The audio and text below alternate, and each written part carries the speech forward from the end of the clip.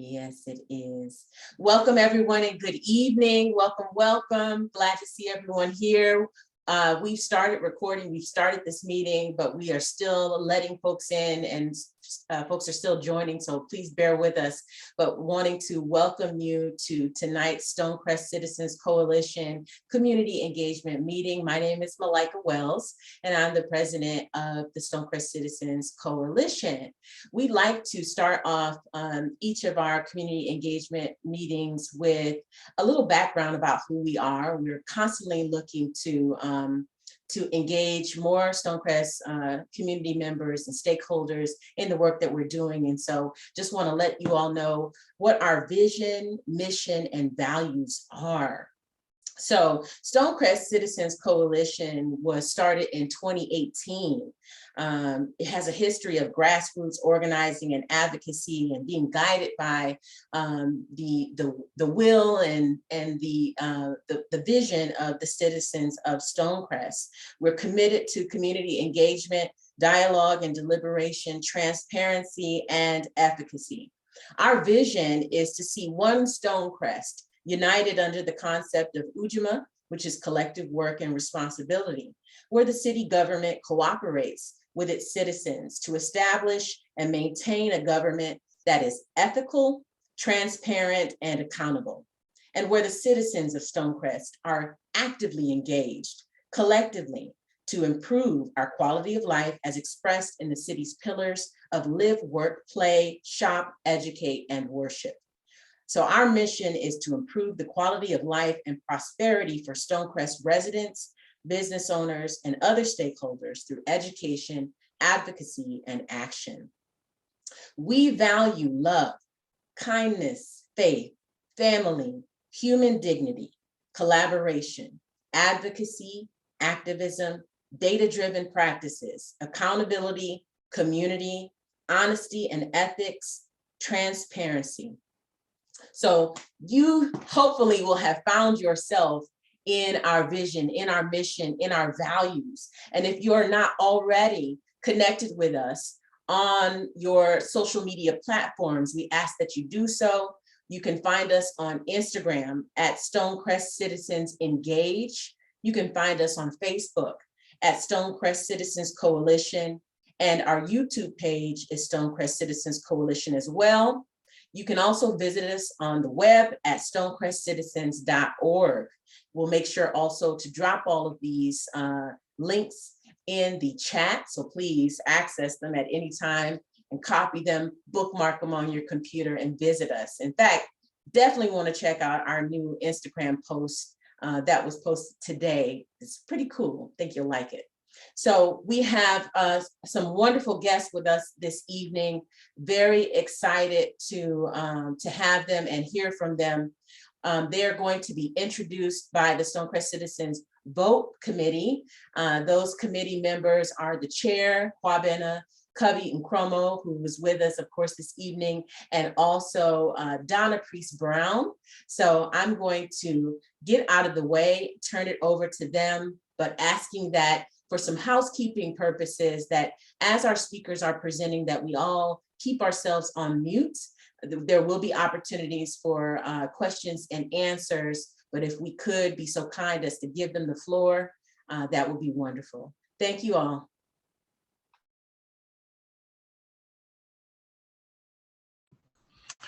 Good evening, everyone. Thanks so much, Malika, for that introduction and opening of the meeting. Welcome again. My name is Kwabena Cubby Nkromo, and along with Donna Priest Brown, we co-chair the Vote Committee of the Stonecrest Citizens Coalition.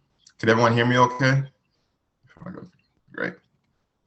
So VOTE is an acronym for the committee that stands for Voter Outreach, Turnout, and Engagement. Voter Outreach, Turnout, and Engagement. And the committee is about exactly what the acronym says. We are audacious enough to believe that we can get 100% voter registration and engagement in the city of Stonecrest.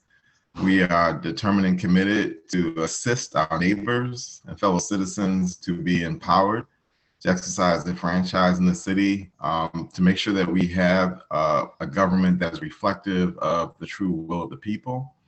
And so our work will be involved with programs like this evening, where we bring resources to the community to educate folks about public policy, how they can get involved, how they can expand their reach beyond the election cycles, and to find ways to influence the way we are governed and our future as a city from top to bottom. And so, yeah, really proud to bring you this program this evening. And my colleague Donna is going to introduce our guest, but we'd love for you to get involved with our committee and the Stonecrest Citizens Coalition if you are interested in this kind of work. We will be doing voter education drives. We will also be creating forums and events to go deeper into issues that affect our city from time to time. And so, like I said, there'll be information provided in the chat about how to get involved, but we would love to have you be a part of our group. And so I'll be around to answer further questions toward the end of the program, but at this time, I'd like to turn it over to Donna to introduce our guest. Thanks for that, Cubby. Welcome, everyone. Happy International Women's Day to everyone. I wore red lipstick in my pearls this evening. Been wearing sweats. I haven't put on lipstick since 2020. But anyway, today's meeting is centered around the legislative and absentee ballot processes. It is our duty as citizens in our communities to share with family, friends, co-workers, and associates information that will enable them to make informed and educated decisions as it relates to voting.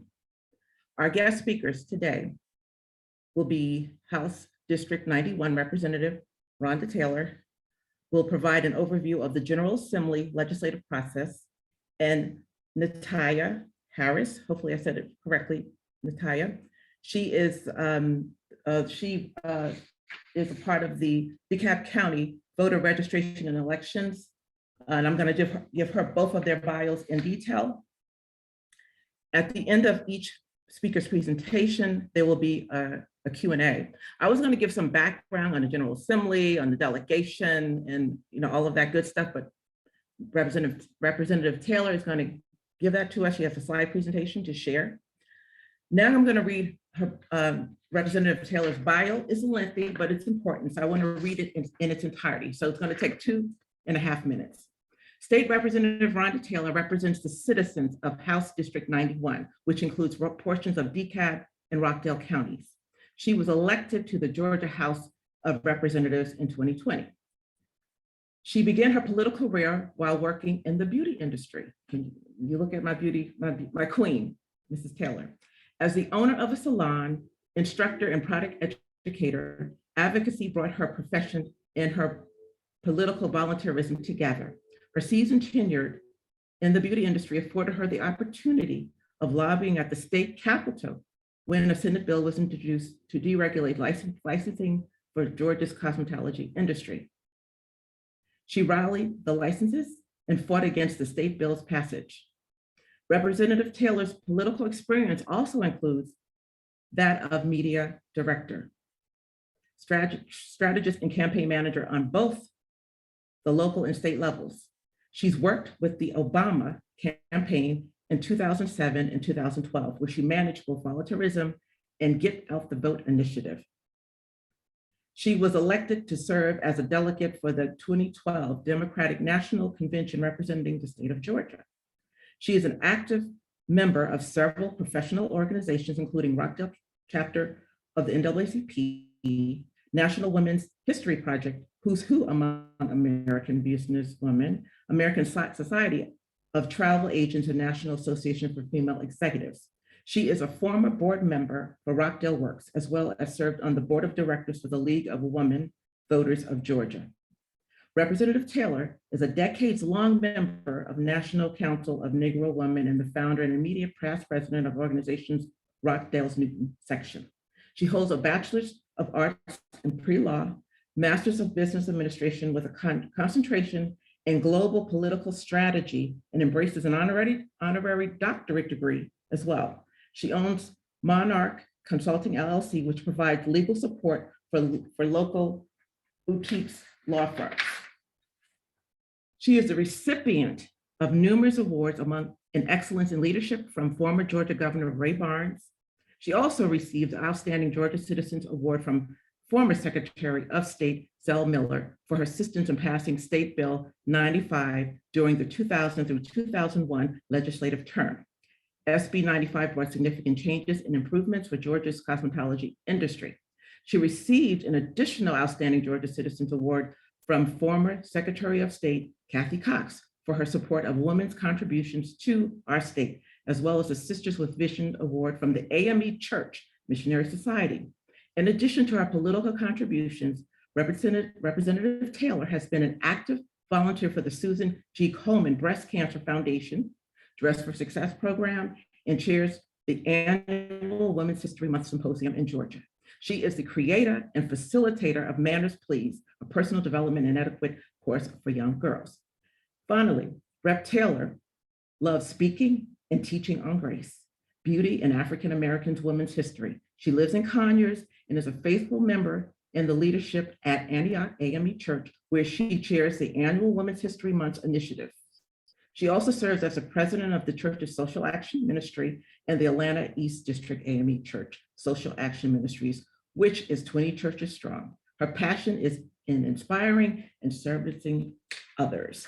The next voice you will hear from will be from Madam Representative Rhonda Taylor. Thank you. Good evening, good evening, good evening, good rainy evening. It is actually a plum pleasure to be with you all. I love when it's an opportunity to hear from the constituents and to share with the constituents. So I'm looking forward to this conversation tonight, and just also feel free to always reach out to me. Once I finish speaking, I will go ahead and put my contact information in the chat as well, so that you can always feel free to call on me whenever I can be of assistance for you. And Ms. Donna Priest Brown, if you would screen share, or is that Ms. Wells?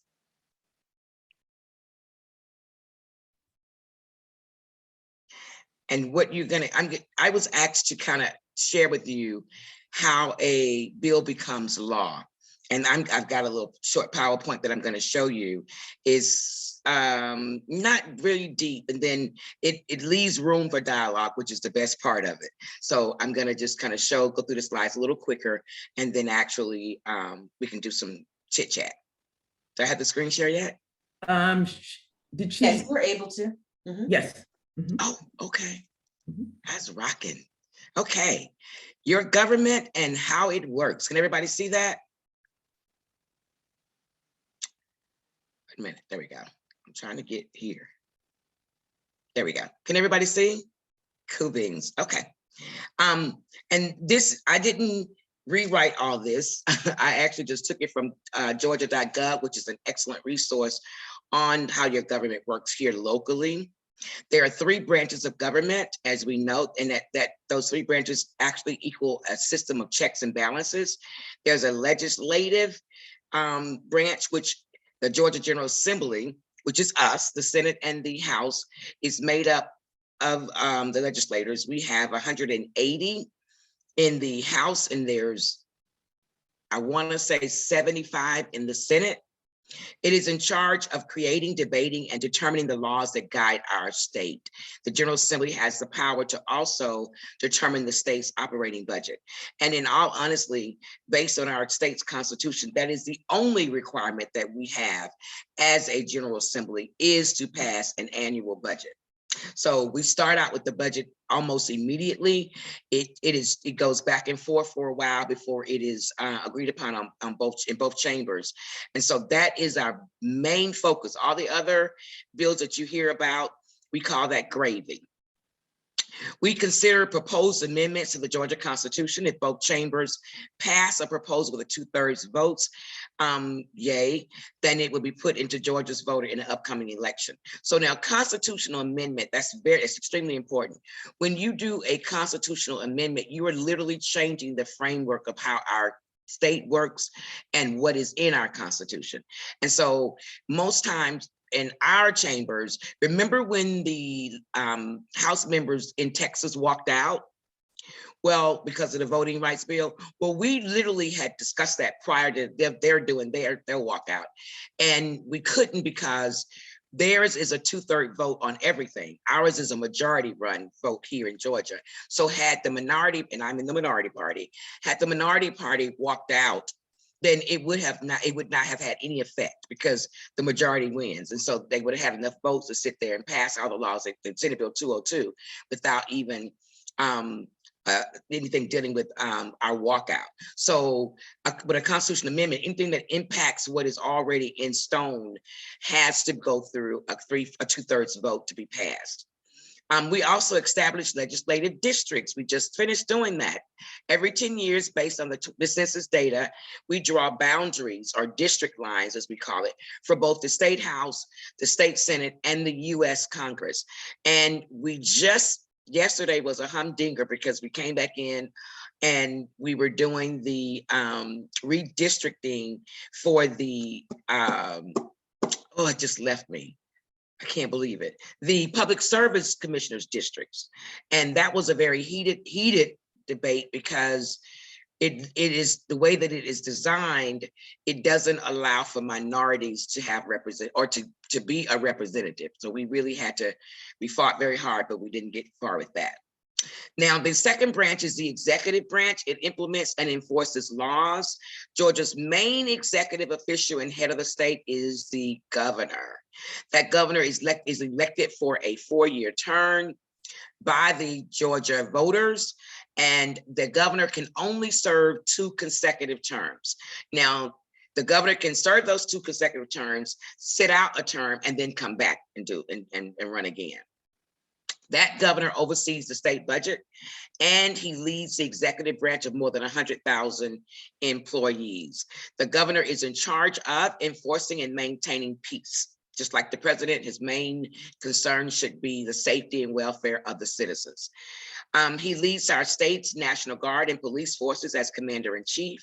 He or she has the power to veto, approve, or take no action on legislation passed by the General Assembly. And we're going to get to that a little bit further down. The governor also fills unexpected vacancies in the state and the Senate, the House of Representatives, and other public offices. And a good example is in Stonecrest.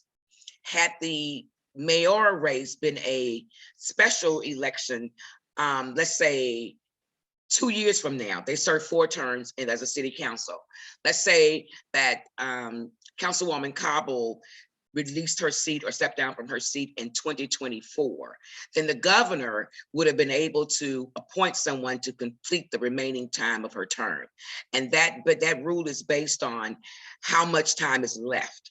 If it's more than half of the year, then the governor can appoint. If it's less, there has to be an election. That's by Georgia code. He or she can also convene special sessions of the General Assembly. Remember this past summer, right after the data came from the 2020 census, the governor is the one who set the date for us to go back in for our special session to do the redistricting. And we were in there in November and we served for an entire month. The governor also nominates officials to positions in state governments. You probably heard last week, it was a big upheaval regarding former Governor Sonny Perdue, who was appointed to the University System of Georgia as Regent's Chancellor. And the big talk was, you know, are you going to do that when that's the cousin of your opponent running for governor? So you might have heard about that in the news. The other elected members of the executive branch include the Lieutenant Governor, Secretary of State, the Attorney General, State School Superintendent, and the Commissioner. What is that? I can't see it. And then the third branch is judicial branch, which assesses and interprets law. That's our judges, our courts, and our legal system. And our system has 2 appellate level courts. It's the Supreme Court and the Court of Appeals. It also has 5 classes of trial court level courts: so superior, state, probate, juvenile, and magistrate courts. These 3 branches exist at every level of our county's government: federal, state, and local. Local meaning that every county, all 159 counties, must operate on the tri-level court system. They have all the superior, the state, probate, and the juvenile, as well as the magistrate courts. The life of of a law. This is very interesting how a bill is passed. And some of you have seen the cartoon. They've got a little cartoon that floats out there that talks about it. But on the local, county, state, or federal level, changing laws and policies follow a certain process. And you play a significant role in that process. And that role is indeed essential. Say, for instance, well, we can use an example when with the Stonecrest Charter, there was a lot of people that wanted to have the charter changed. And so it was your concept, your idea, or you can come up with a need. And when you find that need or problem that needs to be resolved, you can actually initiate the bill process. All you have to do is to contact your legislator and share the mission or the vision that you have. The legislator will take it from there to the Office of Legislative Counsel. The Legislative Counsel is made up rather of attorneys that are experts in bill drafting. And your representative will meet with you, get the contents of what it is that you're trying to accomplish, take it to the Legislative Counsel office, and they will file a bill with the clerk of courts. After a bill is filed, the next step is waiting for the second Monday in January when the Georgia State Legislative session starts. And that's very interesting because what we call in the next point says, on the first legislative day after the bill is filed, the bill is formally introduced to legislators through its first reading. So in September, we are allowed to begin pre-filing legislation. Now, that's a little tricky because no matter when you file it, if you're in the minority party and you're living in the climate that we're living in right now, 9 times out of 10, it probably won't go anywhere. But you do have the right to pre-file that bill and get it on the record so that the second Monday coming into January when we start our session, the first legislative day after we start our session, which is every second Monday in January, it'll get its first reading. And after the bill has been read twice, read the first time, the next legislative day, and only in the Georgia House of Representatives does this happen, it has a second reading. And while the bill is still being considered, it goes into committee.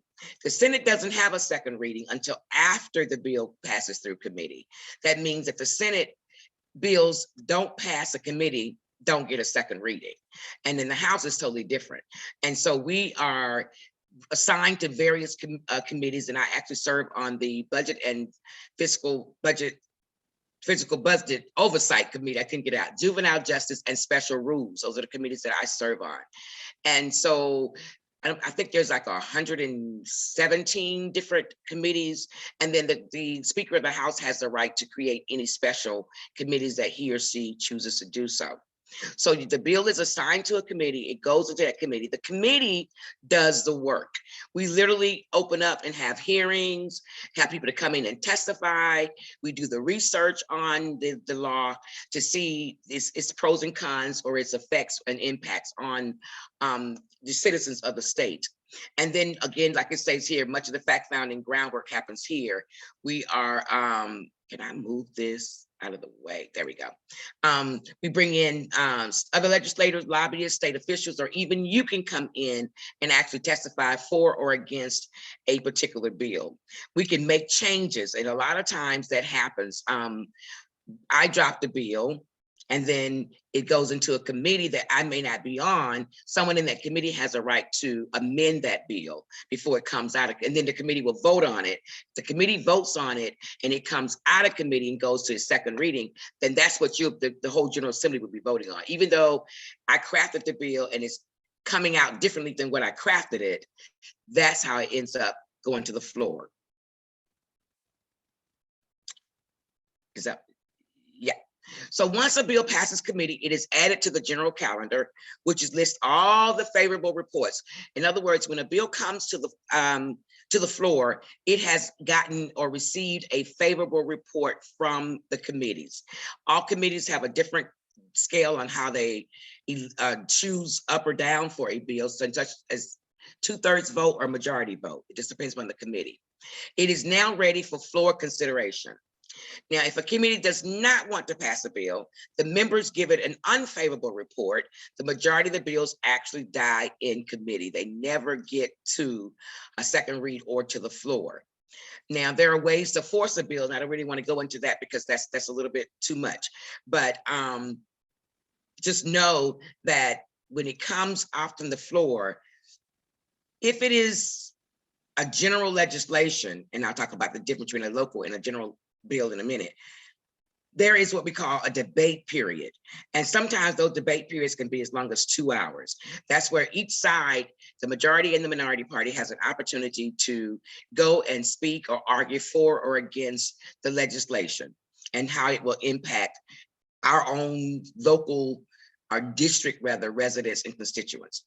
And there are a variety of ways the General Assembly committees and General Assembly operate, and then it has its own purpose and its own directives based on how the speaker sets it up, that particular committee. Now, yay or nay, the vote. Once the bill goes to committee, it is ready for a third reading, and after the third reading, it finally hits the floor debate for our state senators and representatives. And again, it commences and amendments are discussed. And sometimes the bill gets stuck, even though it's come out of committee, it can come to the floor and you can actually challenge it on the floor for amendments and send it back to committee. That happens quite frequently. And then what happens, it goes to the next to the next queue, and the chamber takes a vote. The chambers meaning the Senate chamber or the House chamber as a whole. After the bill passes the House where it originates, it must then go to the other chamber. So if it starts in the House, it has to go over to the Senate. And then the Senate makes its changes. Then it comes back over to the House. If the House, we call them substitutes. And if it comes back to the House and the House is okay with that substitute, then the House votes on what the Senate has actually made amended. It's a little crazy, huh? The majority of the bills switch houses on crossover day. Crossover day is day number 30, and it is coming up on March the 15th for our session here for the 2022 session. Crossover day is the last day that a bill can be added if it is going to be heard this session. So let's say, for instance, you have 100, but let's say 1,000 bills listed on crossover day. And even though you got them listed and they made it through crossover day, does not mean that they're going to literally have a vote on the floor. But by law, automatically those bills that do not make it to the floor vote will come back automatically the next year. And this is the process in a graphic that makes this a little bit more interesting. So you can see that the bill is introduced either in the House or the Senate, the House of the Senate and the House of the Representatives, and it flows to tell you why it goes to the committee discussion, Senate committee vote, Senate legislators discuss it, full vote. And then over here, does the same thing in the House, comes in the House, committee vote, House committee discussion, committee vote, discussion on the floor, full vote, pass, and it becomes a law.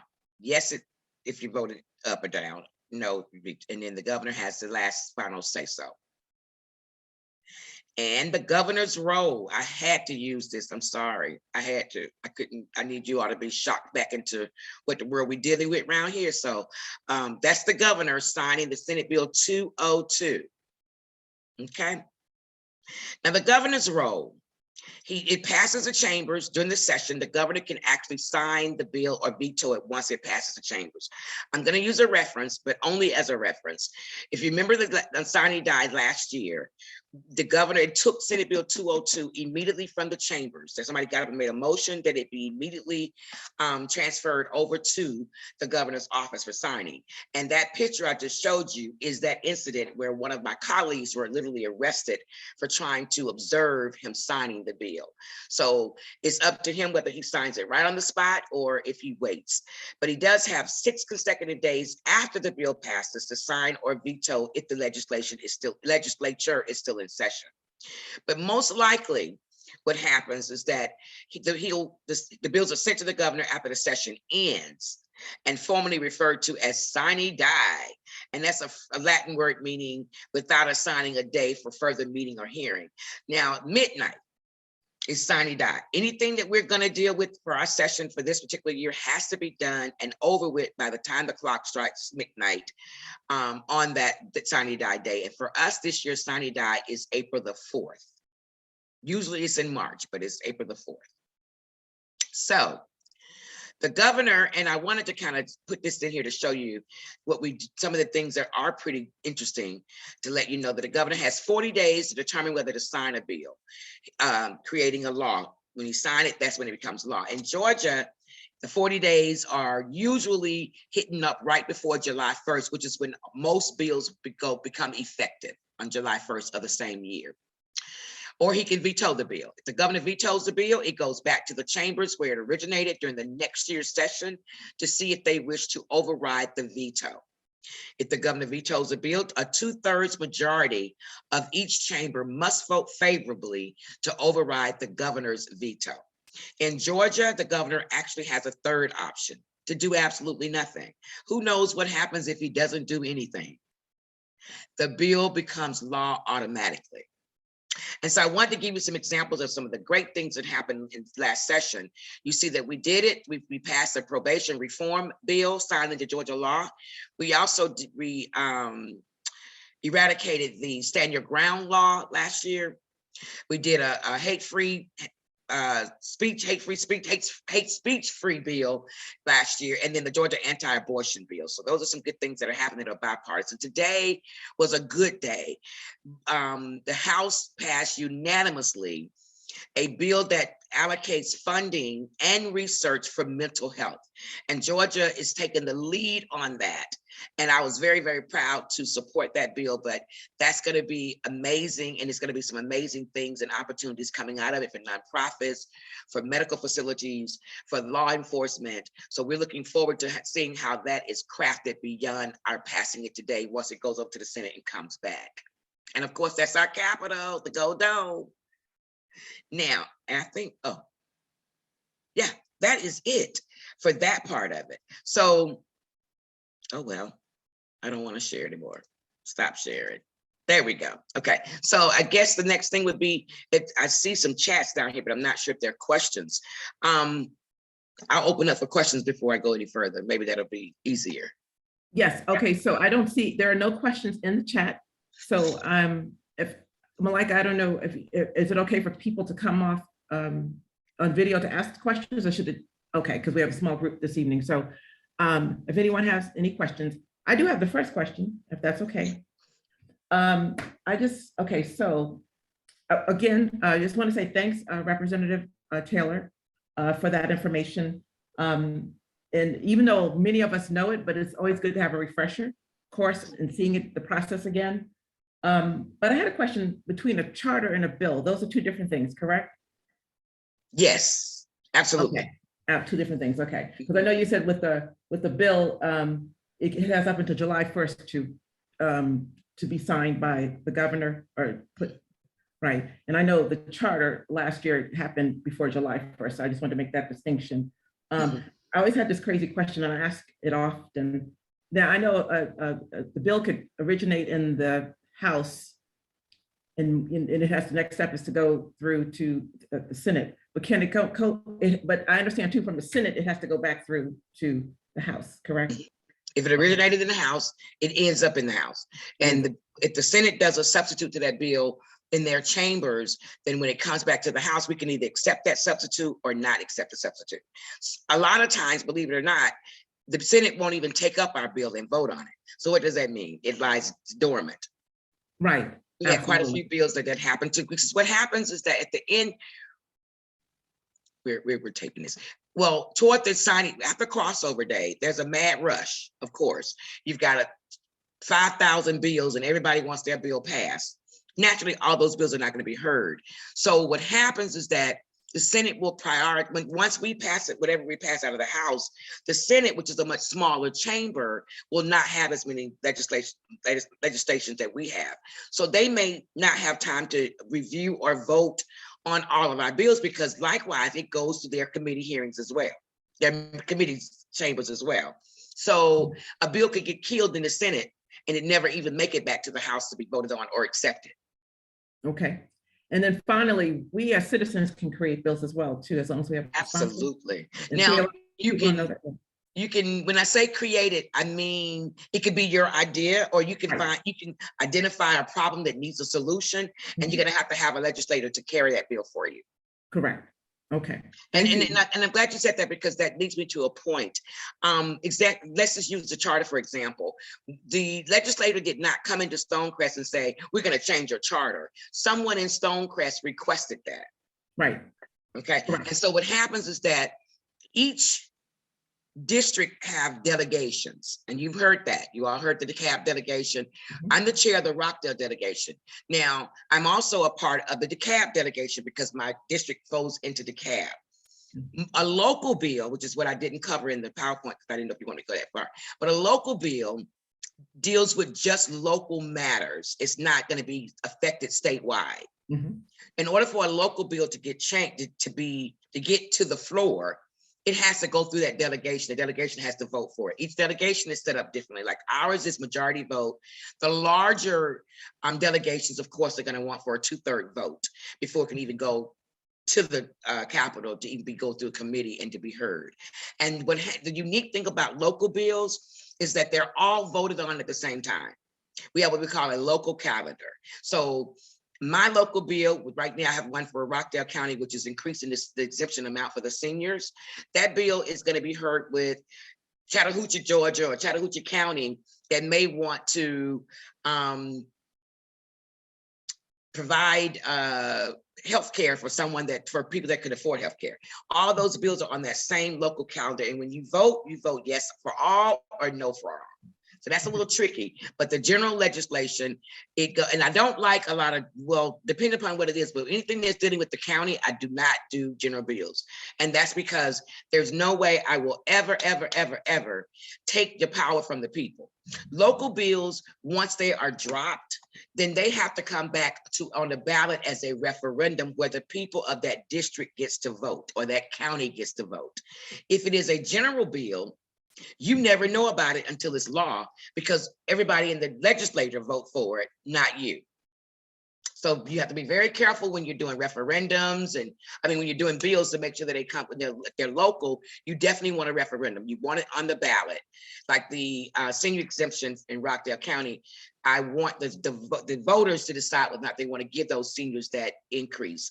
Not that go take it to all the legislators and say, look, I want y'all to vote on my bill because this is what I want to do in Rockdale, and that's it. So you have to make sure that you're very clear on what you're trying to accomplish. So when you bring a bill to a legislator, do some of the homework, do some of the background work so that it moves quicker. Because it is as you can see, it's a slow process. It could take about from the beginning, dropping a bill, getting it to committee, it could take, well, when you're in the majority, it could take a couple of days or a week, but when you're not, it could take 2 months, the whole time that you're in there.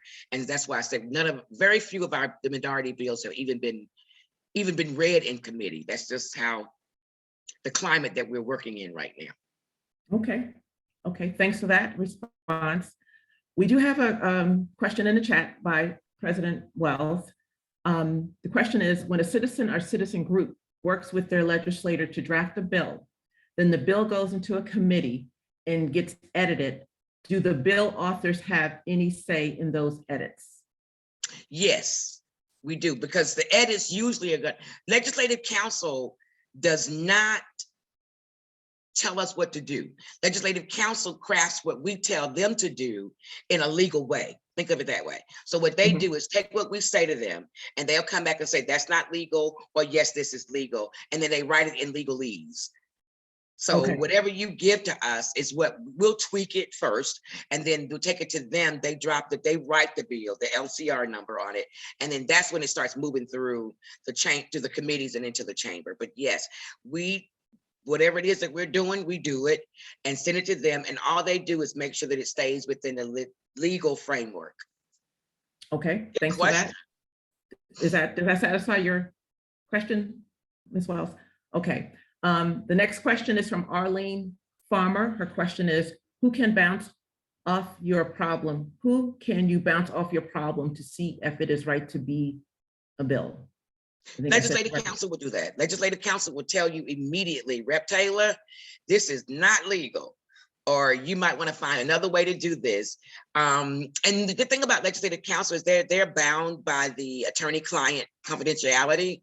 So let's say, for instance, and this has actually happened, even in my tenure, I write a bill and Susan writes a bill that is so similar to mine. Attorney and Legislative Council doesn't get in the middle of that. Both of us get our bills, and then we have to bounce it off of each other. But yeah, you can always come to the legislature. We pretty much know, because we're going to just, if it's a local bill, the delegation is going to talk about it. And, you know, most delegations have some seasoned representatives that are in there, and nothing is new under the sun. So somewhere we've touched or hit something similar to what it is that you're bringing to us. Like, let's say you want to stop a traffic light at a corner of a street, then we're kind of, somebody's familiar with that. It is assigned to a committee, and that committee is as such that it is experts or they're seasoned leaders that have been on that committee. Let's say like the transportation committee. They would not send an education bill to the transportation committee. We have a higher education, and we have a secondary education committees. And that means K through 12 is the secondary education committee, and then the higher education is your universities and your colleges. So it's going to go to the proper committee to be vetted, if you will. Another good question. Hopefully that answers Mrs. Farmer's question. Okay, good. Okay, so then we have Pam Childs has her hand up. Pam, you can take yourself off mute. Hi, Representative Taylor. Hi. Taylor, thank you so much. Nice to meet you. I know your name. I know you. Yes, I know. My question, you did a great job of explaining how bills work. And one of my concerns as a citizen, especially a parent, as well as a Atlanta native who has a lot of family members who play the Georgia lottery, I run into teachers all the time buying school supplies. And I wanted to know, would a bill need to be introduced to request that money from the lottery, number one, go toward funding school supplies for educators so that they don't have to spend money out of their pocket? Because I've also seen educators working part-time jobs to pay for school supplies, and it seems like the priorities are mismatched. The other concern I have is that we know that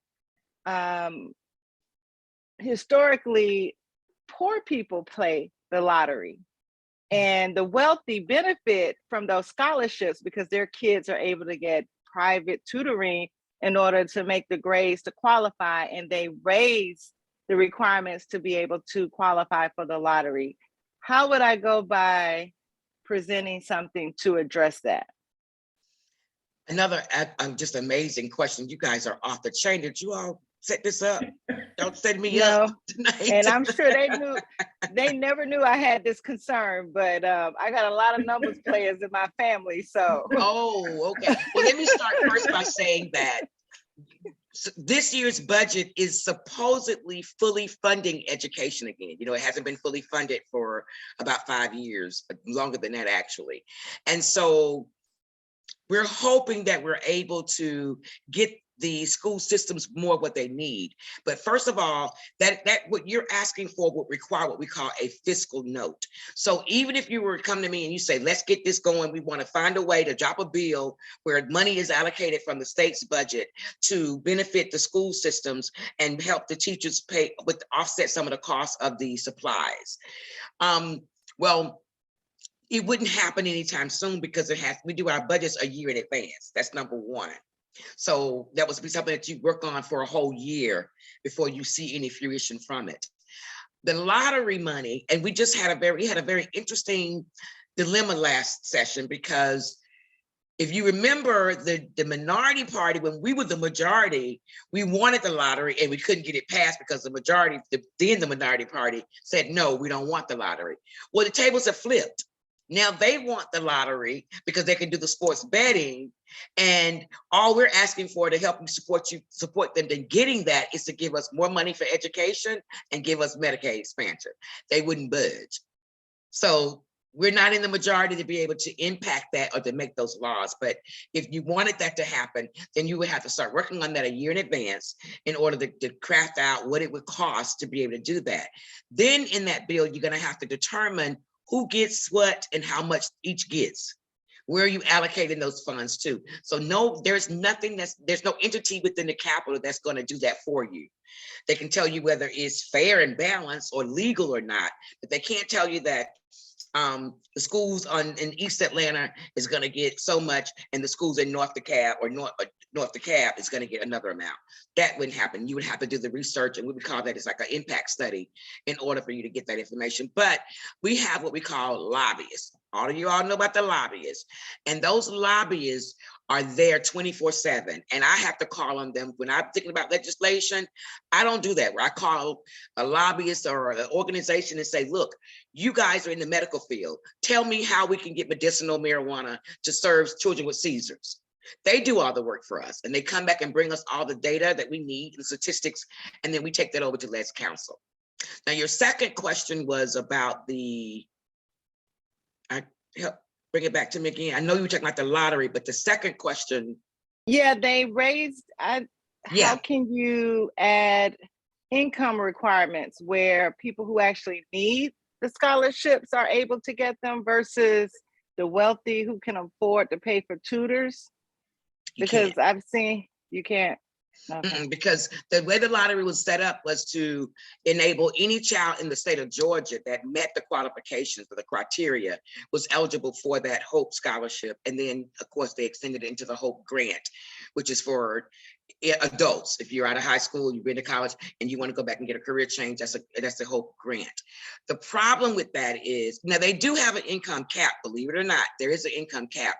But it's not the income cap that's prohibiting the equal sharing, if you will.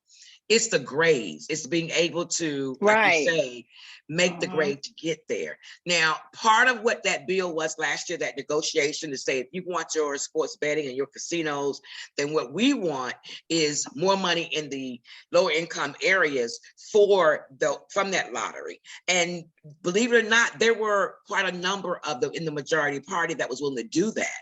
More of the older senior, those in the majority party were the ones that was like, we ain't doing no lottery, no gambling in Georgia, because they're older. They just don't want to, sometimes they just stuck in their ways, don't want to change.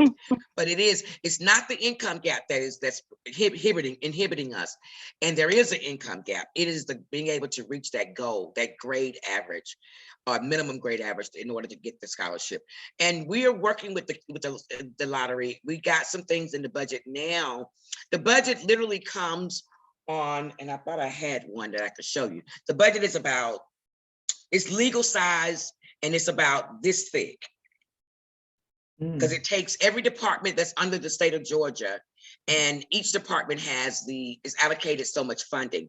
And that's one of the benefits. Well, I hate math, I'm gonna say that, but I'm on the Budget and Fiscal Affairs Oversight Committee. So what we do is we oversee the money that goes to Family and Children Services, the money that goes to the community health centers.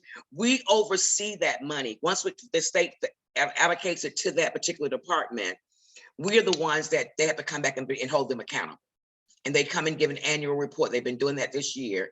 And they either come back and ask for more money, or they come back and ask for some things to be changed or altered in what they want.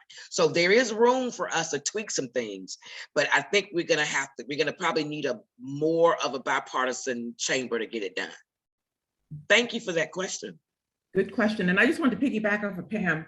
My youngest son graduated in 2017. So with that HOPE, that's HOPE, right? HOPE scholarship, you have to have a 3.0 in your core classes. And it would be nice if they could change that, because some students don't have that 3.0 in their core. So that means that if they come below that 3.0, they can't qualify for HOPE. So that would be a good change if it could just be for all of your classes, 3.0 in all of your classes. Well, so, I would even venture to say, if we allocated so much of the funds for a BC student, right, instead of trying to put them in the same pot, why don't we identify and allocate some funding that reaches the top 10%, the middle 10%, and even the lower 10%, because everybody's not college material. Everybody's not interested in going to a big major university and pay $50,000 a year. And so that's my perspective. And I've talked about it. I asked to be on the education committee, and they didn't give it to me. They gave me juvenile justice, which is fine because I love children. But that's where I would be coming from. And there is an opportunity for us to kind of do some of the things. I'm going to be very candid with you. I'm really hesitant to even try to drop a lot of legislation, because what's happening right now is that when the minority party drops legislation, the next time we see it, it has a new number and it's sponsored by the majority party, and it sails straight through and passes in a whim. And so what happens is that when we come back to our constituents, you all are saying, we don't see you till it's election time. We don't know nothing that you're down there doing. We don't hear that you're doing anything. Are you doing anything? And it's important for the constituents to know that oftentimes well, all the time, this year, we are fighting. We are fighting with everything that's in us. It's just that when it comes time to press the red or the green button, it's more them pressing the button than us. So we lose, but we do give them hell. I will say that. And I will also say that it's important that we come back and report to you all what's happening. When we're going to the well saying, thank you so much for passing my bill, but you don't know that that was our bill, that we put the work into it. And that's extremely important for the citizens to know. Right. Thanks for that, Ms. Taylor. And we have 2 more questions. We're going to take 2 last questions so we can go introduce our next speaker. But I do want to add that other piece about what I mentioned with the Hope Scholarship. I would recommend parents, grandparents to start keeping, when their student enters 9th grade, start keeping a spreadsheet and just looking at that GPA year over year and making sure they're they're in, within the range. But the next speaker, the next question is, Cubby has a question, and after that, Ms. Farmer, and that'll be our last question. Thank you. Good evening, Representative Taylor. I really appreciate your presentation tonight. It's really deep, insightful, and clearly you're passionate about your work. I've had the pleasure of being involved in the legislative process this session for the first time directly. I'm working with Senator Harold Jones from Augusta on some legislation related to food insecurity. And I had to came to the committee, the Ag and Consumer Affairs Committee, to have them review the legislation. And I just have a question that's from my experience of being in the space. And you're welcome to answer it politically correct if you'd like to or not, but I really want to ask a deeper question.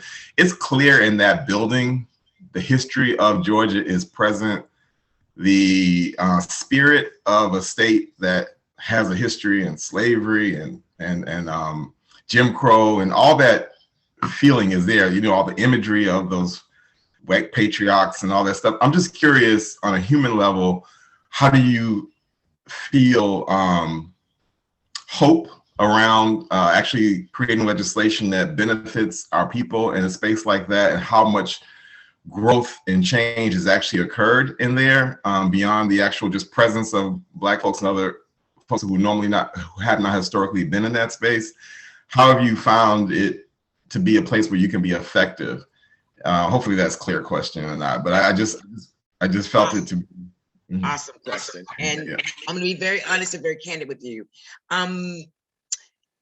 I grew up at the Capitol, so let me just say that. So, and in saying that, I guess any other freshman after that first month, you don't even see all that, because you've been hit with so many bows and arrows coming at you from all of the directions that's on the walls, those statues. It doesn't even bother you, because you're being body slammed, you know what I mean? And you're trying to survive. So that's the first part of that. The second part of that is, we have made progress, slow, very slow progress. Only 5 years ago did we get the Martin Luther King buff. Remember that, that's only been like 4 or 5 years ago. And so the progress has been very, very, very, very slow. And it's at a halt right now because we're in the minority. But I can tell you, I tell you about an example the other day, and my leader, each party, either the Republicans or the Democrats, you have a caucus leader. And if you're a majority Republican, which is what Georgia is, super majority at that, both chambers, then they're called the majority caucus. And then there's a minority caucus, which is the Democrats at this present time. And the minority caucus leader had to get to me, and because they told on me, who's at the elevator. And a Republican came up to me, and we were sitting, getting ready to get in the elevator, and he just chit-chatting. And I looked at him and I said, I don't have no conversation for you. And he was looking like, what do you mean? You just got through praying, breaking bread, saying the Pledge of Allegiance to me, and then you turn around and you stab my people in the back. You want to talk? Let's talk about that. So he thought I was rude. And my chairman had to come and say, Rhonda, you got to learn how to be more bipartisan. I said, you know what? I might not make it down here because I can't do that. You know what I'm saying? You're not going to sit here and do some of the things that we're watching you do and then want to have a chit chat. No, we're not going to be able to do that. So it's hard. There are times when we feel it, and I have a bad habit of, I keep telling them, y'all have not groomed me enough yet. So I appreciate the question, but yeah, it's there. We know it's there, but we try to look beyond it. Like, I don't have a problem with Stone Mountain. Everybody wants them to move, and I know there's a coalition in Stone Mountain want to move the carvings off the wall. That doesn't bother me. It's when you come at me that it bothers me. I appreciate your candor. Thank you. You're welcome. And our last question, Ms. Farmer, you can take yourself off mute. Thanks for that. I'm the president of our homeowners association, and we are battling with a issue of our covenant. These covenants are being made by developers who develop the complex, but they're not the same for every subdivision. Our particular subdivision, they put no limit in rental property. So now the rental property is outweighing the actual people who own homes there. We can't change the covenant without votes. And we're not going to get those votes for people who are renting out their houses. Now every person that comes in, I mean, like we have like 12 homes now that were bought out by an investor. And they're swooping in here and taking up all the homes because they can outbid anybody who wants to buy a house. So we're stuck in the middle of it. We have a homeowners association. To me, that means these homes were supposed to be owner occupied with a small percentage that is supposed to be rented out.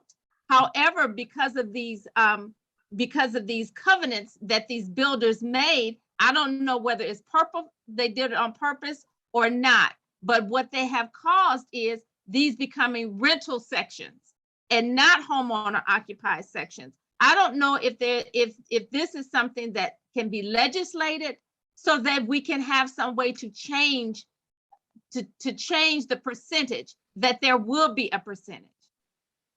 Do you understand what I'm saying? So I do.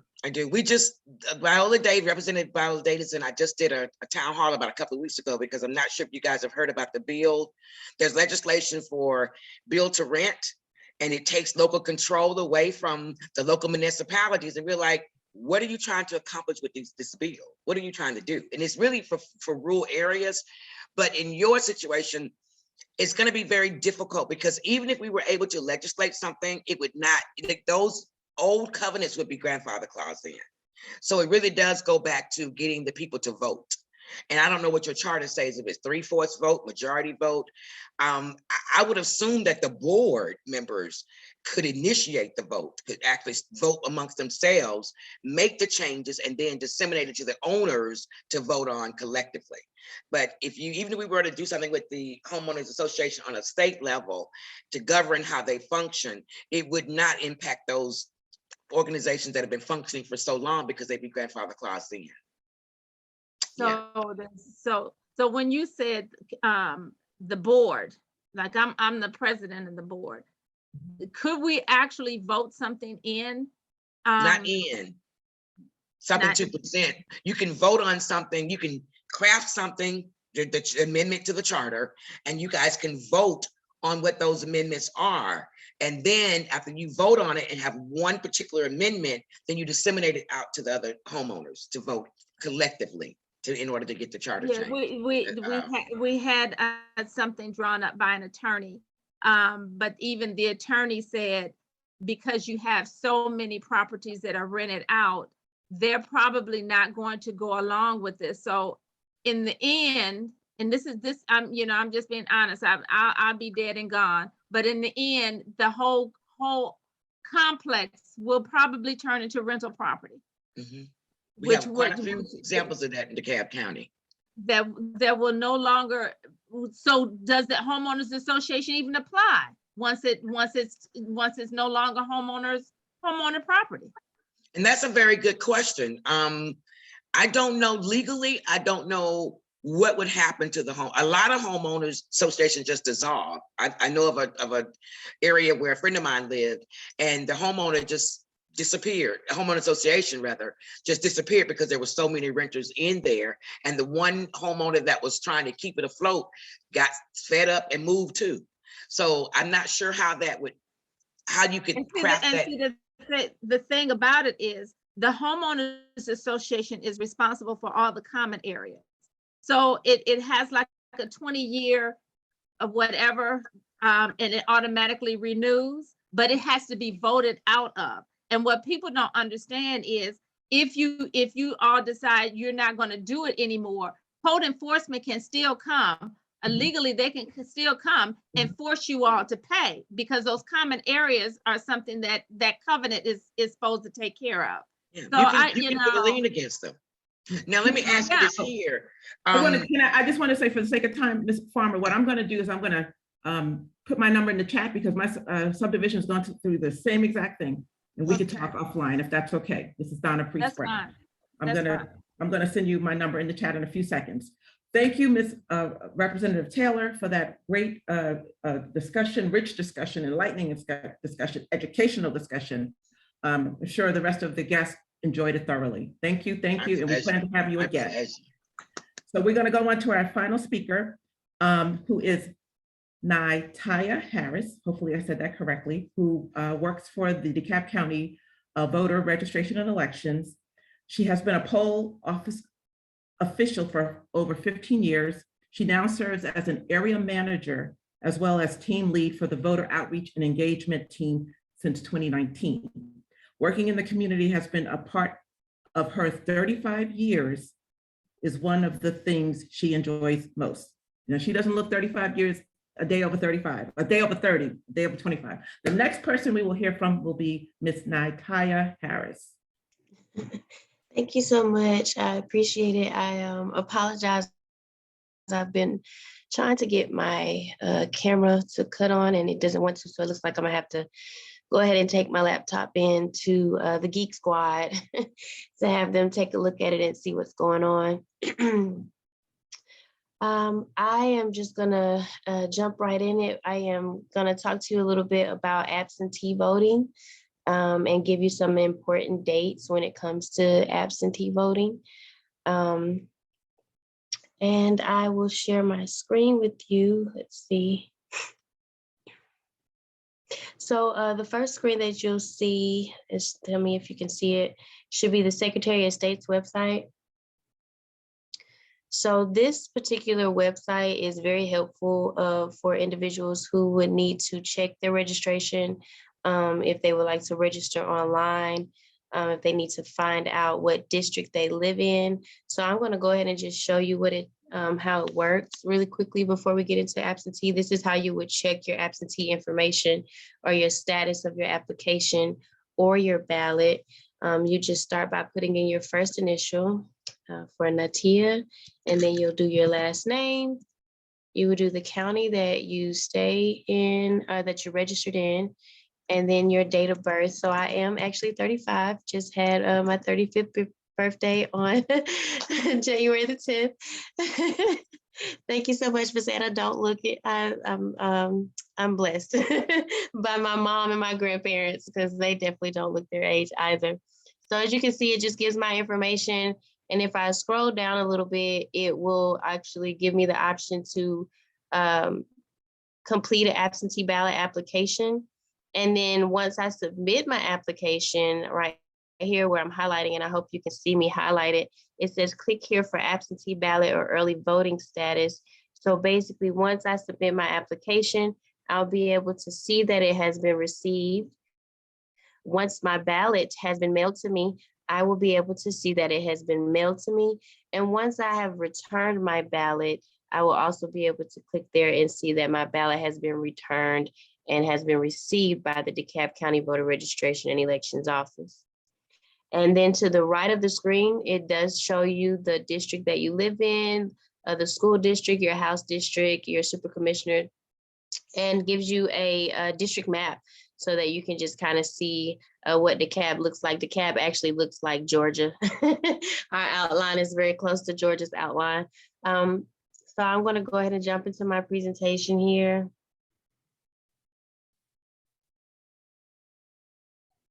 And I just want to jump in real quick, Ms. Harrison, just to say to the audience that that's my voters page. And I would share that with all family, friends, you know, everybody. So this way, people know their, you know, the House district, they know their commissioner, they know the school board, they know all that good stuff. So they're never ignorant to say, oh, I don't know who is that, you know? And so that my voter page has all of your information, voter information on there, so.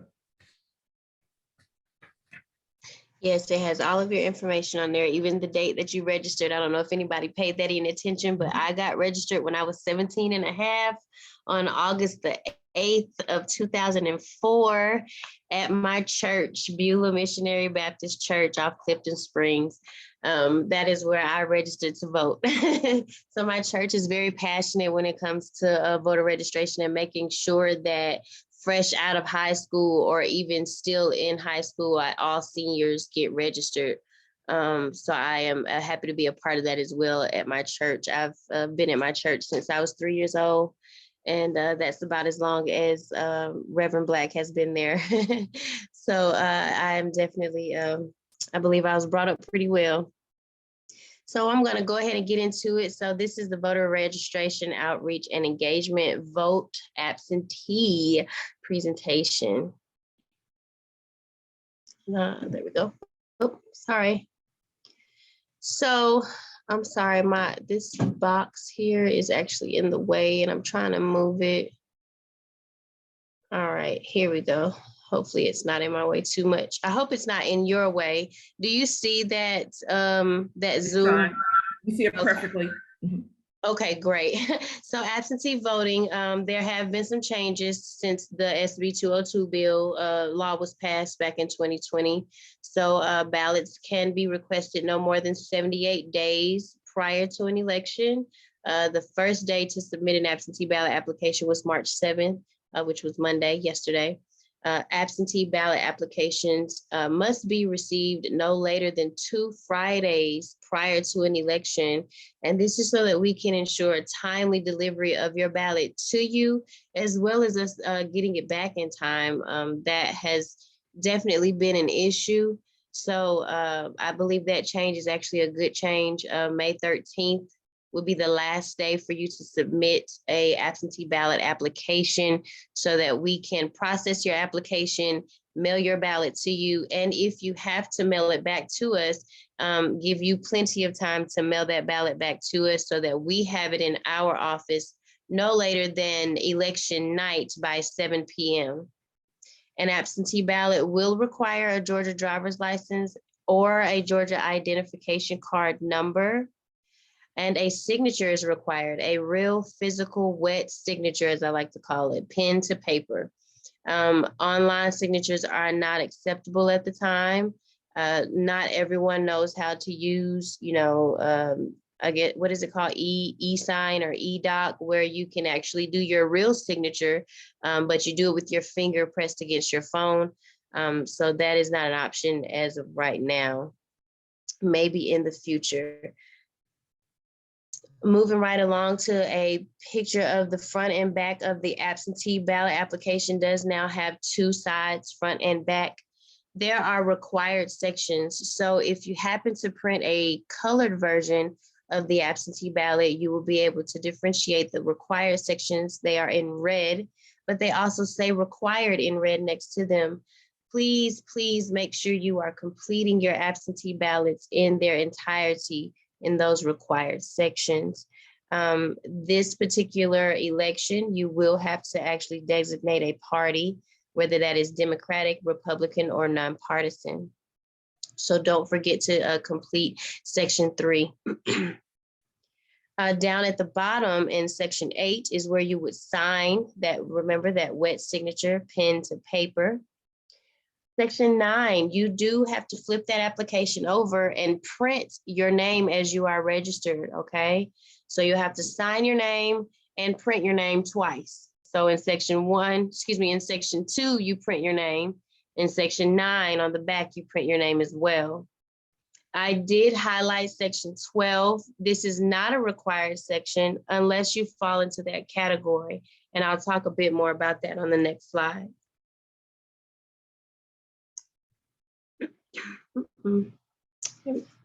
So section 7 is where you would actually have to put that Georgia driver's license or that Georgia ID card number and your date of birth.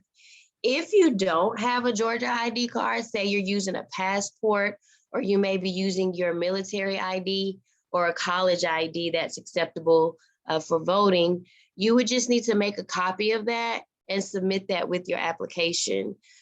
Do not send in your real passport, your physical passport book, or your military ID card. That we did have a few people not understand and actually did do that, and we had to mail them their driver's license back or their passport back to them. So just remember, you just need to add a copy of that on there. So just to highlight and make emphasis on section 12, which is on the back of the application. Again, as you can see, it is not in red. However, it is considered to be a required section for some. If you meet the eligibility criteria, you may opt in to receive an absentee ballot for the rest of the election cycle without making another application. So basically, you're one and done. If you fall into either one of these categories, whether you are disabled, if you are a active military or spouse, if you are temporary resident or even a permanent resident overseas, or if you are disabled or elderly, 65 or older, you can actually do one application for the entire year. So as soon as you submit that application to us for your absentee ballot this year, you will only have to do one and done. And after that, your ballots will come to you for the rest of the year. Now, for election cycle for 2023, you would have to do that process over again. So you will have to do it at least once a year. So let's talk about completing your actual ballot. So you have sent in your application. Everything was that is required was completed, and we mailed out your ballot. You now have your ballot at home or at your office or wherever you decide to complete your absentee ballot. You have that ballot with you. You're going to mark your ballot with a blue or black ink only. Ballpoint pens are preferred. Sometimes the felt pens will bleed through and it can actually cause a discrepancy on your ballot. So you just want to be careful that you are bubbling in completely filling in the oval next to the choice that you wish, but also not to the point where it actually goes through the ballot paper, okay? Do not vote for more than the allotted number of candidates, or the vote may not count in that particular race. So sometimes you will have the option, and it will state this on your ballot, that you can vote for up to 2, vote for up to 3. Most of the time it is just 1, and it will say vote for 1. If you make a mistake, please, please, please, I cannot stress that enough. If you make a mistake, can you please contact your county office for further instruction? We are going to tell you to write spoiled on every piece of paper that you received for that ballot selection. So the white envelope, the yellow envelope. If you so choose, you can hand deliver the spoiled ballot to us and we can mail you out a new ballot. Or you can mail the spoiled ballot back to us and we can mail you out a new ballot once we have received the old ballot stating that it's been voided and canceled, okay? So if you make a mistake, whether that's on the yellow envelope, on your ballot, just signing your oath, please contact us first so that we can assist you. We did for example, have a few people that spoiled their ballots, but they sent them off as though they were voted on. And we didn't know they were spoiled until we've actually opened the ballots and we see that, okay, this person wrote spoiled on it, but guess what? Your vote is secret. So when we finally get to open your ballot in the office, we're not seeing whose yellow envelope that white envelope came out of. So we have no idea of knowing if you were going to send that ballot, that spoiled ballot back into us.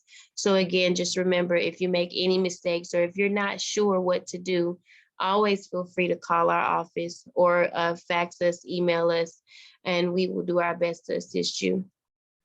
Once you have completed your ballot, you've marked it with a blue or black ink, you have verified that you've completed all the races or all the races that you wish to vote in. You will then fold that ballot as best you can to make it fit into the official absentee ballot envelope, the white one. Be sure the ink is dry before you actually go to folding, because again, we don't want you to accidentally bleed through or mark on a mark twice under one race. So you'll fold that ballot. Now, funny enough, those ballots actually do have fold lines on them. They're so thin that you can barely see them. So I just tell people, hey, fold it as best you can, put it in that white envelope, seal that white envelope, and then put that white envelope inside the yellow envelope. So that yellow envelope is the return envelope. You'll put the white envelope inside, and that's where you will seal and sign your, you will sign your oath and you will seal that ballot, put your stamp on it and send it off to us. Once you have read your oath carefully and signed, you will sign your normal signature.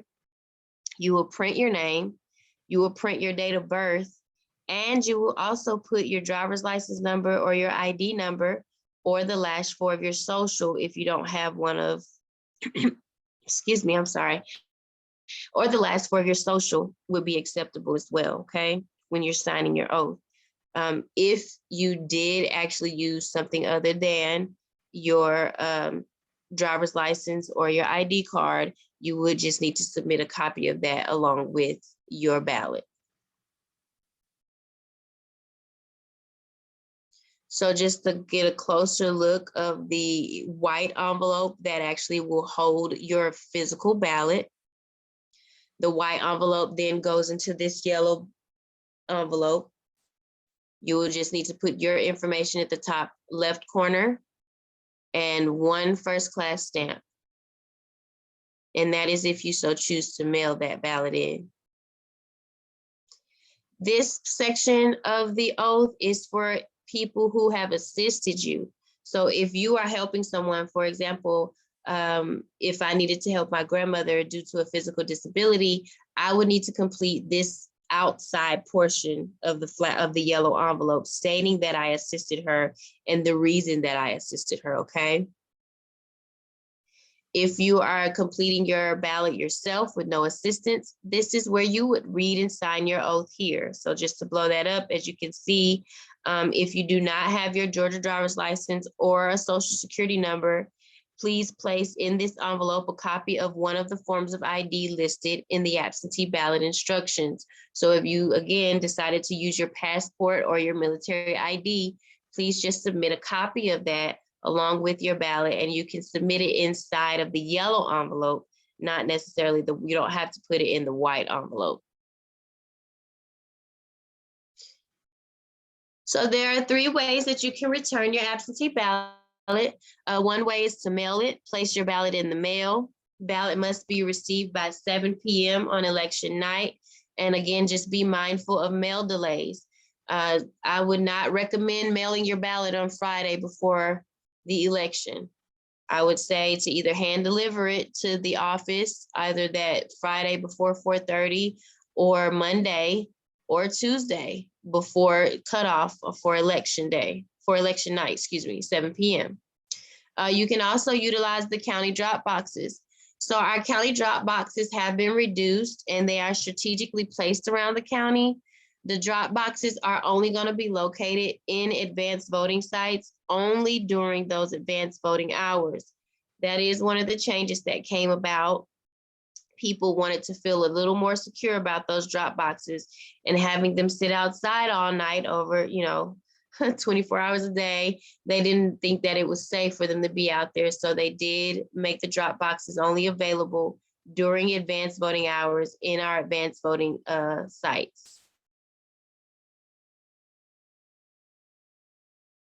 So if you want to check your your absentee application, or your absentee ballot status. Again, you would just visit the Secretary of State's website at www.mvp.sos.ga.gov.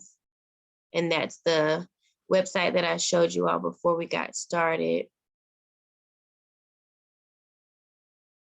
So let's not forget, the time to request an absentee ballot has been shortened. The deadline to request an absentee ballot is now 2 Fridays prior to the election date, which is May 13th. The time between an election and a runoff has also been shortened. So there's no specific time frame, but they want the runoff to happen as soon as possible. So the sooner the better. There's no line warming or campaigning within 150 feet of a polling location. Of course, we all know what campaigning is. That's, you know, I'm going for Warnock and I cannot campaign for Warnock, you know, within 150 feet. Just an example. That's and line warming is during the pandemic, there were people that wanted to, you know, pass out water bottles, pass out snacks, and to the people that were standing in, you know, we had these really, I mean, extremely long lines during that election year. It was really crazy that year. I'm so glad we made it through that. But there's no line warming within 150 feet anymore either, because some people were actually taking advantage and campaigning while line warming. And so unfortunately, line warming and campaigning has to be at least 150 feet away from the polling location door. Drop boxes are only available inside early or advanced voting locations during the early or advanced voting hours. The registration deadline is April 25th. So if you have recently moved or you have placed a parent in one of our beautiful senior centers that we have around DeKalb County, I visit those and I have such a great time going to visit our seniors.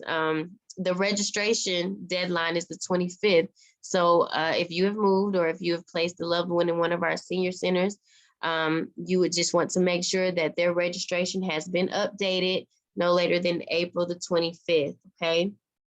And the Great Election Day is going to kick off on May 24th. So we have a 3-minute video here that I'm gonna play.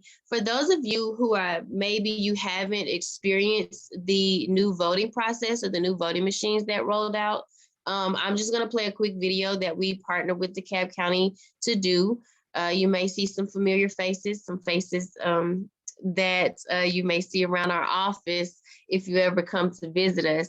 It's about 3 minutes and it's just gonna go through what it's like or what your voting experience would be like with DeKalb County.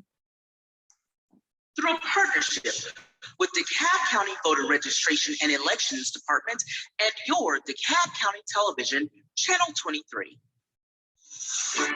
The new voting procedure in DeKalb County is simple and secure. When you get to your designated DeKalb County precinct, a poll worker will greet you. You will hand your government-issued photo ID to the poll worker, who will scan it into the poll pad.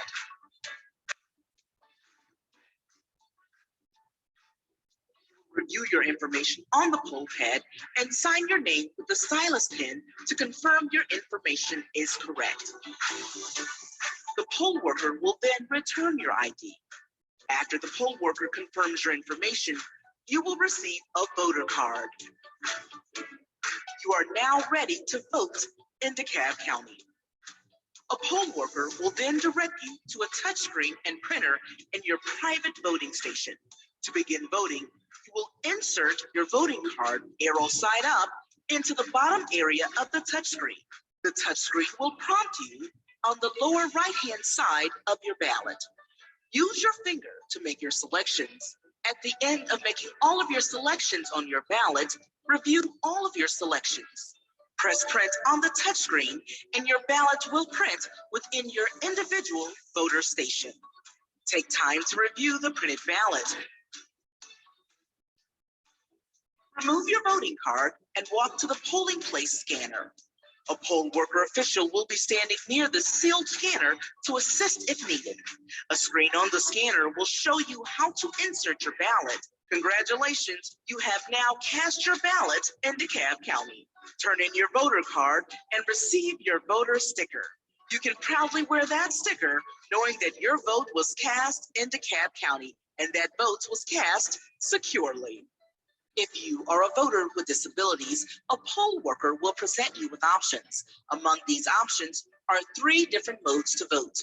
First up is the visual mode. This mode allows you to use one of the available accessibility devices and the visual display. Second up is the audio mode. This mode allows the visual display to be masked as you use headphones to navigate an audio ballot using one of the available accessibility devices. And third up is the visual and audio mode. This mode allows you to navigate your ballot using one of the available accessibility devices, the visual display, and the audio ballot. If you need assistance with any steps, poll workers will gladly guide you through the voting process. The DeKalb County's Voter Registration and Elections Department thanks you for viewing this video and casting your ballot in DeKalb County as we join all of Georgia to secure the vote. All right. So on the next screen, I don't know if you all have heard, but if you have not heard, Miss Erica Hamilton is no longer with us. We did recently get a new director, and she goes by the name of Keisha Smith. I do believe she is going to be introducing herself formally to the county, but I am not sure when, but I did want to just give her a little shout out. We have had an opportunity to speak briefly. We gave her a little goodie bag, as you know, for outreach. We are always out in our community, whether we are at the senior centers. We do our Zoom meetings, of course. We go to the high schools to help get our seniors registered.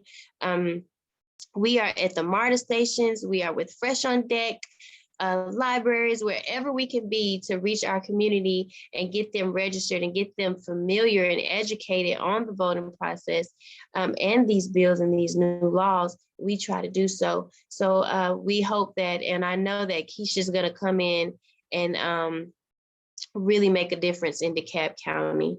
So just to end right here, this is our information. If you ever needed to contact us at DeKalb County, if you need to mail us, phone us, fax us, or email us, or visit our website.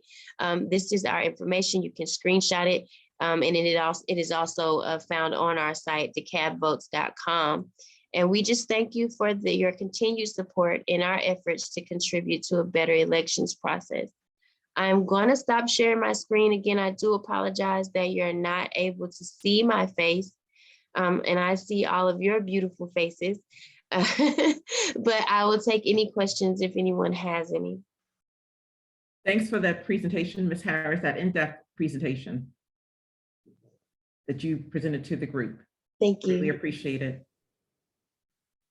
And I see a question in the chat. Let's see. Do I understand from the presentation that people can only request an absentee ballot if they fall into one of those 3 categories? No. Are you referencing section 12, Ms. Wells? I'm sorry, I don't recall which section it was, but I did remember that there was a list, and I saw on top it said if you opt in to receive an absentee ballot, and then below that 3 options. Yes. No, that does not mean that only those can submit for an absentee ballot. That is for, if you fall into those 3 categories, you will be able to get your ballot for the rest of the year. I don't fall, for example, I don't fall into any of those categories. So when I do this absentee ballot application for May 24th, I'm going to only get my ballot for May 24th. And if we have a runoff, I'll get it for June 21st runoff. But when it's time to vote in November, if I want to do absentee, I need to do another application for the November race. But if I fell into one of those categories, whether elderly, disabled or overseas or military, then I only need to submit that one application for May 24th, the runoff for November 8th, and the runoff, and any other election that I fall into in that time. Perfect. Thank you so much. And I think Pam had the same question, but Ms. Harris just answered that question. Cubby, do you want to take it away on the vote team? Closing remarks, and then Ms. Wells. Also, there are. I think I see Ms. Taylor and Ms. Farmer with their hands up. Ms. Farmer, you have to take yourself off mute. Oh, she said she didn't have a question. Okay. Ms. Okay. Taylor, yes, ma'am. Yes, thank you so much for that presentation. You did an awesome job. Can you elaborate on who can request the absentee ballot for seniors, who can return those absentee ballots, and the new rules from Senate Bill 202 around that? Yes. So only immediate family can request a ballot for you. And it's so broad. It's like grandmother, grandfather, mother, dad, aunt, uncle, roommate. So it's very broad, what they consider immediate family. And I actually do have a presentation that breaks that down as well. But mostly, your immediate family can request that ballot for you. If you have some form of physical disability where you're unable to not even make a mark on the paper, then that's where that person would just do everything for you. If you are able to at least physically put a mark, whether it's an X, a squiggly line, or anything for your signature, then you have actually requested that ballot yourself. Someone else may have just filled out the application for you, if that makes sense. Yes, now, and maybe some things have changed, but immediate family does not extend to cousins, uncles, friends, nieces, nephews. No, and that was a conflict that we were dealing with Senate Bill 202. The framers of the bill identified immediate family as being direct, immediate household, mother, brother, father, sister. And you're saying not. Because you have blended families now, maybe I was adopted by my aunt. So technically, she is my guard, she may be my guardian, or she may be who speaks for me. So that's why I say it's a broad definition, but it still is considered immediate family, because I guess they're, my uncle could be living in the house with me and my grandmother. And so he's obligated because he's like a roommate. And that is one person that can actually deliver and drop off your ballot for you as well, and your application. Thank you. And I just had another piggyback. Have you all, I know that you're just now beginning to accept the absentee ballots as of yesterday, correct? Absentee ballot applications as of yesterday, correct? Okay. So do you all have a plan in place to avoid what is happening in Texas right now with the ballot cancellations, the ballot application cancellations? I do not. I'm so sorry. I am not. If my lead doesn't bring it to me, it's not something that I kind of Automatically. Okay. I'm not really, I'm gonna leave that to Miss Keisha Smith for them to kind of govern that. With her being new in this position, I do believe that she's gonna bring some ideas to the table to help us avoid some of the things that may be going on around the United States. Well, that's good to know, because we don't want to get caught up like that, because I think the last time I checked, they had disqualified some 6,000 votes, ballots, and applications.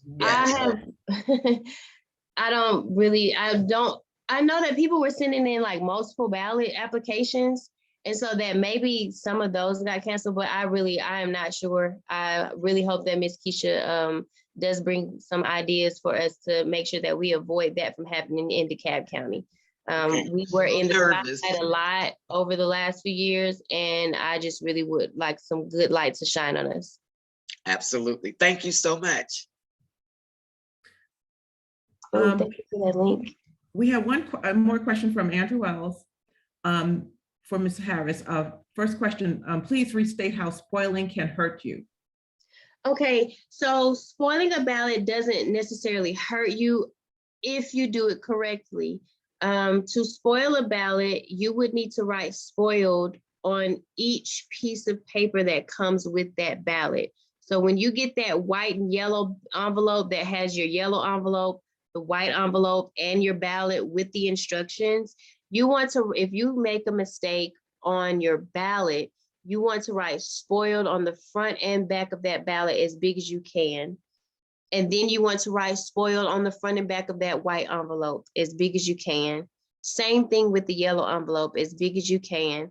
And if you need to bring it to us, then bring it to us. But if you need to mail it to us, at least when we get it in the mail, we can see clearly that that is a spoiled ballot. We had some people just writing spoiled on the actual ballot itself and not on the piece of mail that we actually see. We don't see your ballot until we are ready to scan it in and count that vote, okay? So once we get it, we don't know who it belongs to at that point. So it doesn't necessarily hurt you as long as you do it correctly. Again, just take your time. It's an absentee ballot. It is meant for you to do it at your leisure. So there would, so you don't have to rush through it as if you're, having to get it in immediately. So just take your time, read the directions. If you are unsure, please call us and we will be more than happy to assist. And there was one last question from Mr. Wells. How can organizations share a link to voter registration page? Our website is www.DeKalbVotes.com.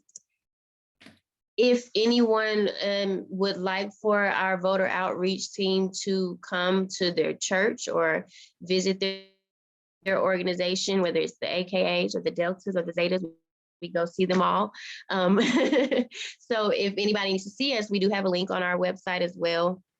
When you go to DeKalbVotes.com, it actually takes you to the DeKalb County GA.gov website, but it takes you straight to voter registration, and you'll have all of the important election dates. You'll also have the different links for absentee ballots, sample ballots, and things of that sort. Okay. And we have another question from Pam Charles asking, can you do HOA meetings? Yes, ma'am. I have done Southland HOA meetings. I believe haven't done Water's Edge. I don't think I did Water's Edge. I think I was trying to do Water's Edge, but yes, ma'am, I do HOA meetings as well. One thing I would recommend people do with this ballot and any application is to read it in its entirety first, like go through it first and then go back and fill it in. But again, Ms. Harris, we want to thank you for sharing that invaluable information and look forward to you coming back to a meeting in the future. Yes, of course. Yes, I do high schools as well. Awesome. Awesome.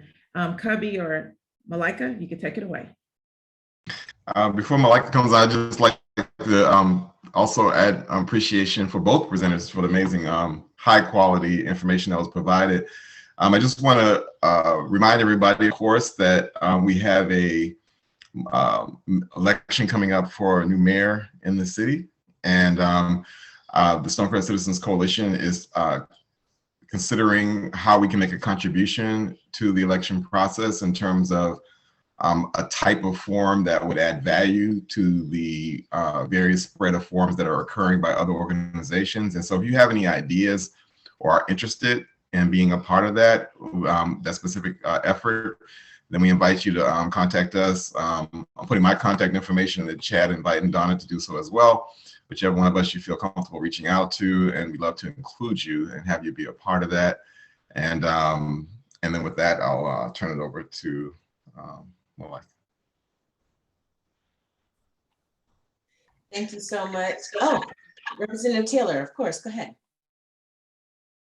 I was trying to type it in there, but something going on with my keys. I just wanted to also share, and Nytia, you can kind of back me up on that. The Georgia Constitution states that every April, Every high school in the state must open up for voter registration for our 17-and-a-half-year-olds and 18-year-olds. And so those have been projects that we've worked with before. We've even gone to the jail, worked with the different sheriffs in different counties to get those that are incarcerated but have not been charged with the crime. As long as you have been convicted, you can register them to vote. And so just wanted to share that with you. April, the month of April is the month allocated by our state constitution. That's the high schools are required to open up and allow students to register to vote, whether it be through the counselor or whatever. And also, we do a wonderful job with the app, the SOS app on your phone, because you know, most times I carry the voter registration applications, Ms. Harris, in my car. Everywhere I go, there go with me. But that app is phenomenal. And you can check your voter registration status. You can order your registration card. You can register somebody to vote.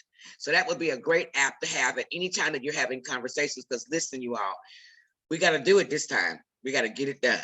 So thank you for letting me put that little plug in there. No, thank you for putting that little plug in there. We definitely needed to hear that.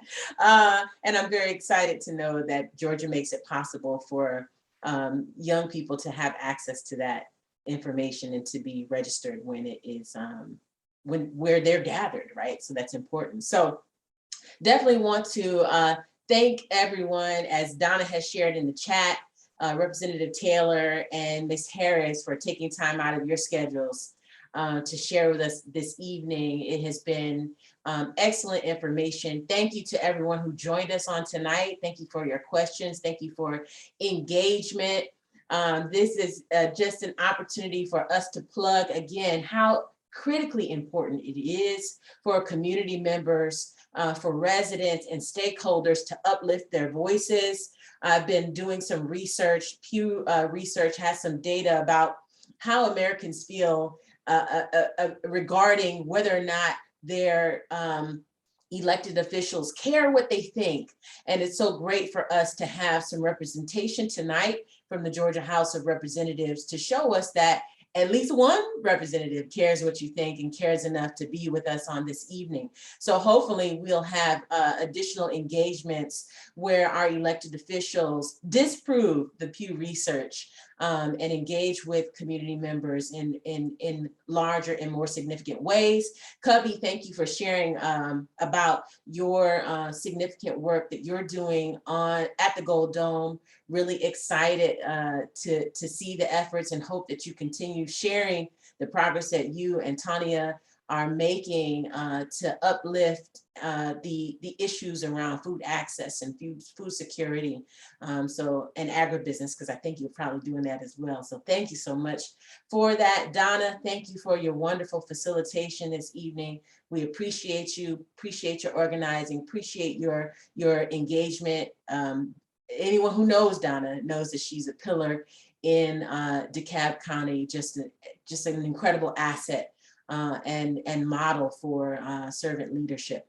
So thank you all for joining us tonight. Don't forget to like, follow, subscribe to the Stonecrest Citizens Coalition. I want to remind you that if you're interested in joining, you can find an application and access that on our website at stonecrestcitizens.org. We host our community engagement meeting every second Tuesday. So our next meeting will be April, I believe, 12th. That's funny, I wrote it down and then changed the page. Isn't that terrible? But April 12th, it will be our next community engagement meeting. So if you want to be a part of the dialogue and the conversation, if you have suggestions for topics that and issues that you would like us to talk about and bring in public conversation and discourse for community, please send us an email. You can reach us at info@stonecrestcitizens.org. And of course, you can join us by visiting stonecrestcitizens.org. And access our membership application. We're doing great things. We don't have all our members here tonight, but for the members who are here, they are showing up and we're doing awesome things in community. And with more members, we'll do even greater things. So thank you everyone for joining us on tonight.